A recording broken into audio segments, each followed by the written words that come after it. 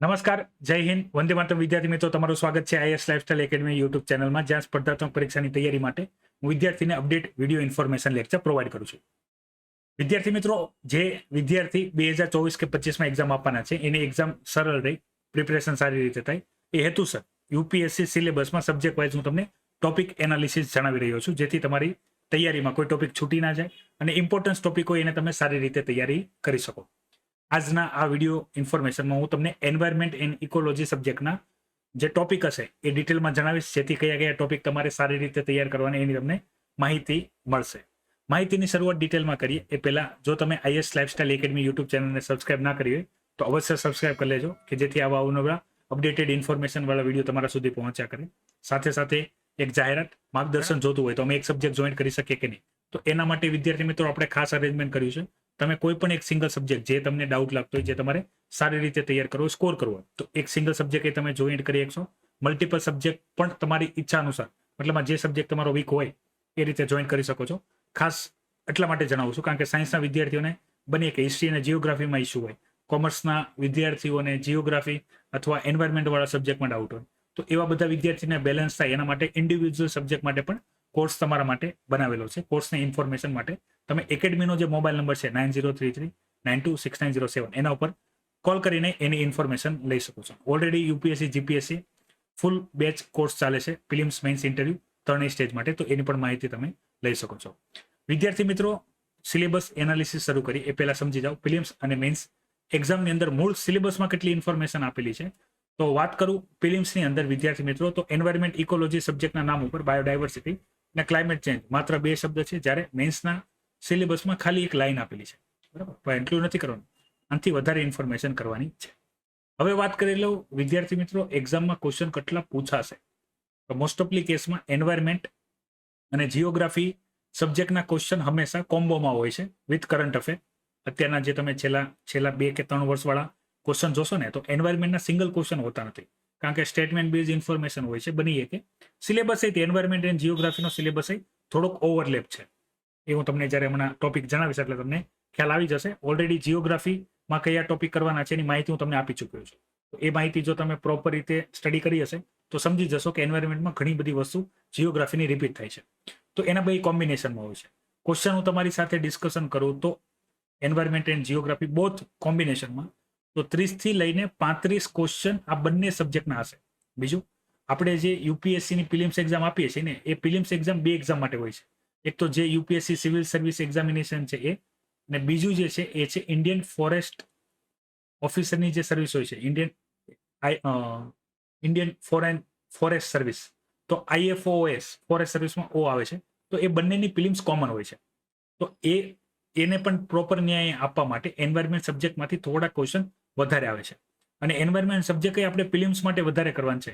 મેન્સમાં પણ ક્વેશ્ચન પૂછાય છે, પણ એ ક્વેશ્ચન કરંટ અફેર બેઝ હશે. તમે કરંટ અફેર જો ડેલી બેઝ ઉપર એ સ્ટડી કરતા હો તો પણ તમે ઇઝીલી એના આન્સર કરી શકશો. પણ આપણે જે ડિટેલમાં તૈયારી કરવાની છે સિલેબસની એન્વાયરમેન્ટ સબ્જેક્ટ માટે, એ પ્રિલિમ્સ પોઈન્ટ ઓફ વ્યૂ કરવાની છે. વાત કરું ટોપિક વાઇઝ, તો વિદ્યાર્થી મિત્રો સૌથી પહેલા સબ્જેક્ટ શરૂ થયા આના બધા ટોપિક ઇમ્પોર્ટન્ટ છે. સિલેબસ પ્રમાણમાં નાનો છે. તમારી પાસે જો મટીરિયલ હોય, બુક્સ હોય, બરાબર, તો બહુ નાનો એવો સિલેબસ છે. એનસીઆરટી અને જે એક બુક છે ઇંગ્લિશ અને હિન્દી મીડિયમમાં, બરાબર, શંકર IAS વાળી, અને એનું પણ સંસ્કરણ છે ક્લાસ નોટ્સ તરીકે, એ પણ તમારી પાસે હશે તો ઇઝીલી થઈ જશે. બહુ નાનું એવી થિયરી છે, પણ આની અંદર તમારી ડિટેલ ઇન્ફોર્મેશન તૈયાર કરવાની જે છે એ વધારે છે. સિલેબસ નાનો છે, ઇન્ફોર્મેશન વધારે છે. તો એ તમારે કરવા માટે સૌથી પહેલા એની જે અલગ અલગ ટર્મિનોલોજી છે, એન્વાયરમેન્ટ ઇન ઇકોલોજી એ કરવાની છે. Ecotone, ecological needs, ecosystem, biome, type of biome, environment problem, human effect and food chain, food web, બરાબર, પિરામિડ, એનર્જી પિરામિડ. તો આ બધા ઇન્ફોર્મેશન બેઝિક તમારું છે for environment and ecology. Maximum terminology આની અંદર આવી જશે. પછી જે છે અગત્યનો ટોપિક એ છે પોલ્યુશન. હવે નવા વિદ્યાર્થી માટે હું જણાવી દઉં, રેડ કલરમાં આ બધા ટોપિક કેમ છે, બ્લેકમાં કેમ નથી. તો રેડનો એવો મતલબ છે કે આ ટોપિક સૌથી વધારે અગત્યના છે. આમાંથી નિરંતર રૂપથી ક્વેશ્ચન આવતા હોય, તો એ આખા ટોપિક જ બહુ અગત્યના છે, એટલે એ રેડ કલર કરેલા છે, બરાબર. અને જે ટોપિક કરવાના હશે એ બ્લેક કલરમાં હશે. આની સિવાય બીજા ટોપિક એ કરવાના છે, કારણ કે આ લિસ્ટની અંદર ખાલી એ જ પોઈન્ટ હશે જે પોઈન્ટ પ્રિલિમ્સ અને મેન્સમાં ક્વેશ્ચન પૂછાણા હશે. તો તમારો 70 to 80% સિલેબસ આ છે. એની સિવાયનો રિમેનિંગ સિલેબસ હશે એ તમારે કરવાનો છે. કરંટ અફેરનો હું અહીંયા વચ્ચે વચ્ચે ઉલ્લેખ નથી કરતો, પણ કરંટ અફેરમાં જેટલી પણ સિલેબસ રિલેટેડ ઇન્ફોર્મેશન આવે તમારે તૈયાર કરવાની છે.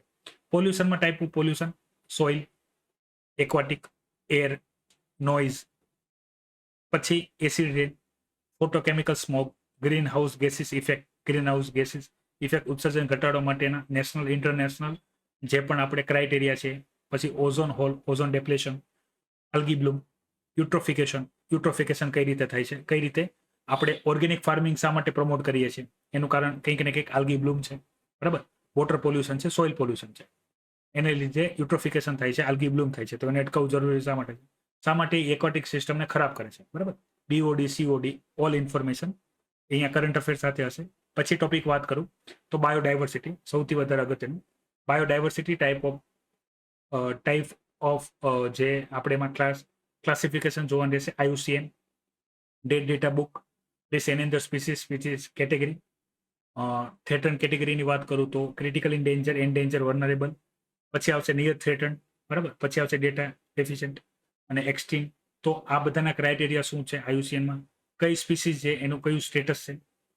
મોસ્ટ ઓફલી કેસમાં સ્ટેટસ પૂછાય છે કોઈ સ્પીસીસ વાય. એમાં ખાસ કરીને ઇન્ડિયન સ્પીસીસ એવી કે જે ક્રિટિકલ ઇન્ડેન્જર, એન્ડેન્જર કે વર્નરેબલ કેટેગરીમાં આવે છે એ. તો એ તમને ખબર હોવી પડે.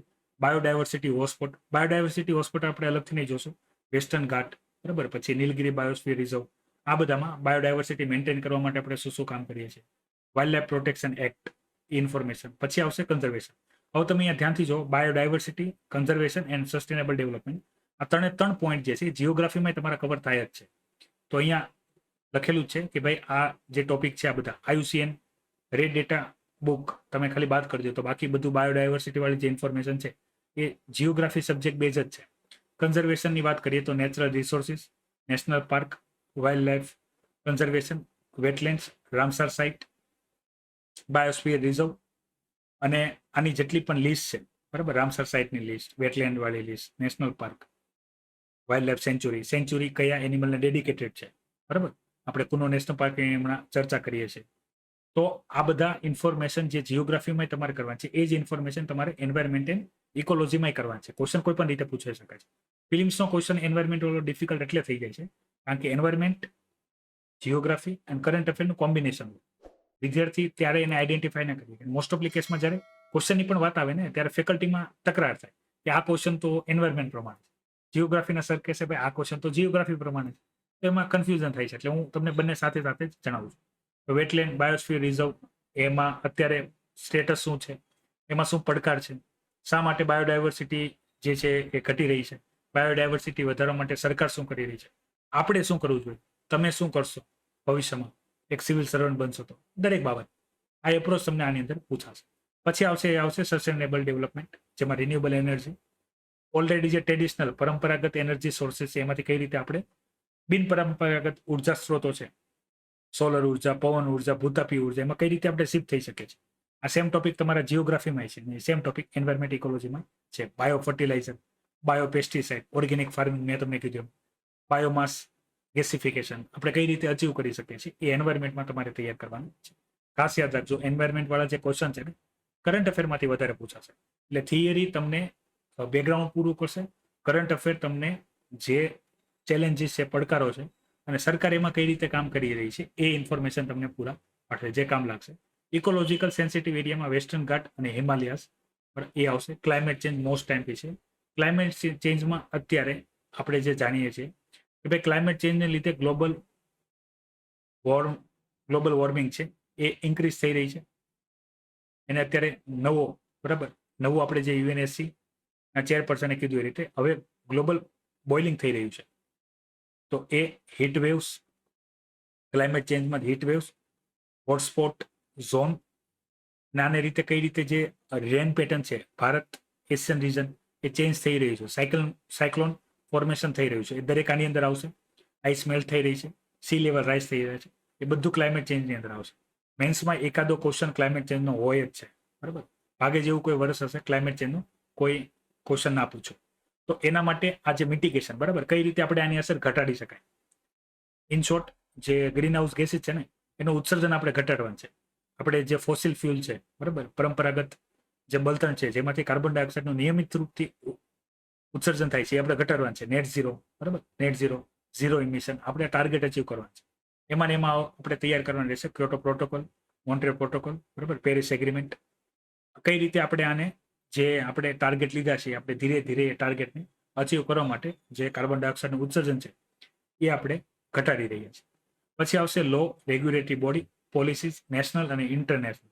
એની અંદર environment protection act, forest right act, હમણાં ફોરેસ્ટ રાઇટ્સમાં પણ આપણે જરાક ચેન્જ કરી રહ્યા છીએ, તો એ પોલિટીમાં હશે પણ એન્વાયરમેન્ટમાં પૂછાઈ શકે છે.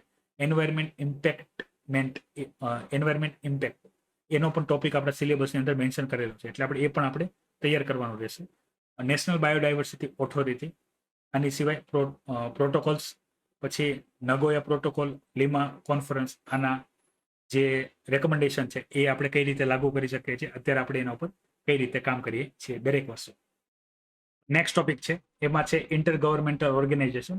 એમાં તમારે ઇન્ટરનેશનલ અને નેશનલ ઓર્ગેનાઇઝેશન ચેક કરવાની છે, specially for climate change and biodiversity. Ramsar convention, Montreux record, પછી રિયો કન્વેન્શન, ત્રણ Rio convention and United Nation framework convention on climate change, United Nation convention to combat desertification. Desertification importance થશે, એનું કારણ છે આપણું જે થાર ડેઝર્ટ છે ને એ હવે અરવલી રેન્જથી આગળ વધી રહ્યું છે, તો એને અટકાવવા માટે આપણે બાયોલોજીકલ શિલ્ડ બનાવી રહ્યા છીએ, બરાબર, કે જે ડેઝર્ટને આગળ વધતું અટકાવશે. ડેઝર્ટિફિકેશન એ રીતે પૂછાશે કે આપણી નોર્મલ એગ્રીકલ્ચર લેન્ડ છે ને એમાં સિંચાઈ સુવિધા ના મળવાને લીધે એનું ડેઝર્ટિફિકેશન થઈ રહ્યું છે, આપણે કઈ રીતે અટકાવશું. તો આની માટે ઇઝરાયલ કઈ રીતે ડેઝર્ટવાળા એરિયામાં એગ્રીકલ્ચર એક્ટિવિટી કરીને જે જમીન છે એને ઉપજાઉ બનાવે છે, તો એ બધી વસ્તુ પૂછાઈ શકે છે on the behalf of technology. એની સિવાય અધર ઓર્ગેનાઇઝેશનની વાત કરીએ તો એ છે યુએનએફ, FNO એન્ડ યુનેસ્કો, બરાબર. તો આ પણ સંસ્થાની ડિટેલ ઇન્ફોર્મેશન તમારે તૈયાર કરવાની છે. તો એન્વાયરમેન્ટ એન્ડ ઇકોલોજીમાં જે અગત્યના ટોપિક છે એ એટલા જ છે. આ ટોપિક 1 by 1 તમે તૈયાર કરી શકો છો. ધ્યાનમાં શું રાખવાનું છે કે આમાંથી MCQ ક્વેશ્ચન પૂછાશે, એટલે એકદમ બારીકમાંથી બારીક ઇન્ફોર્મેશન તમારે તૈયાર કરવાની છે. પછી UNFCCCમાં તમને જે આપણું ધ હિન્દુ કે ઇન્ડિયન એક્સપ્રેસ તમે જોતા હશો તો વારંવાર એનું નામ આવતું હશે, તો એ જ્યાં પણ આ નામ આવે છે જે આ ટોપિકમાં લખેલ છે એ ડિટેલ તમારે થોડીક ડીપમાં તૈયાર કરવી, બરાબર. GPSC એક્ઝામની તૈયારી કરી રહ્યા હો તો એટલું બધું ડિટેલમાં જવાની જરૂર નથી, પણ UPSC point of view preparation કરી રહ્યા હો તો ડિટેલમાં જવાનું જરૂરી છે. અને આનું કારણ એ શું છે? આનું કારણ છે ઇન્ડિયન ફોરેસ્ટ સર્વિસ, બરાબર. તો ઇન્ડિયન ફોરેસ્ટ સર્વિસ જે છે એને અનુરૂપ ક્વેશ્ચન પ્રિલિમ્સમાં આવશે થોડાક એનાલિટિકલ. તો સામાન્ય સ્ટડી કરીને તમે UPSC પ્રિલિમ્સના એન્વાયરમેન્ટના ક્વેશ્ચન સોલ્વ નહીં કરી શકો, એટલે તમને થોડું બેઝિક ડીપ ખ્યાલ હશે તો તમે ઇઝીલી કરી શકશો. વિદ્યાર્થી મિત્રો, આ હતું એન્વાયરમેન્ટ ઇકોલોજીનું જે સિલેબસ ટોપિક વાઇઝ, બરાબર. જાતા પહેલા ફરીથી એકવાર જો તમે IAS લાઇફસ્ટાઇલ એકેડમીને સબસ્ક્રાઇબ ના કરી તો અવશ્ય સબસ્ક્રાઇબ કરી લેજો. જે વિદ્યાર્થી મિત્રો સિંગલ સબ્જેક્ટ બેચમાં જોઈન થવા માંગતા હોય એ વિદ્યાર્થી મિત્રો એકેડમીના મોબાઈલ નંબર પર કોલ કરી શકે છે. હવે નેક્સ્ટ કયા સબ્જેક્ટ ઉપર એનાલિસિસ જોઈએ છે એ પણ કમેન્ટ કરજો, અને અન્ય કોઈ પણ ડાઉટ હોય તો પણ વિડીયોની કમેન્ટ બોક્સમાં કમેન્ટ કરજો, તો એ માહિતી સાથે હું ફરીથી તમારી સાથે હાજર થઈશ. ત્યાં સુધી તમારાથી લઉં છું વિદાય. જય હિન્દ, વંદે માતરમ.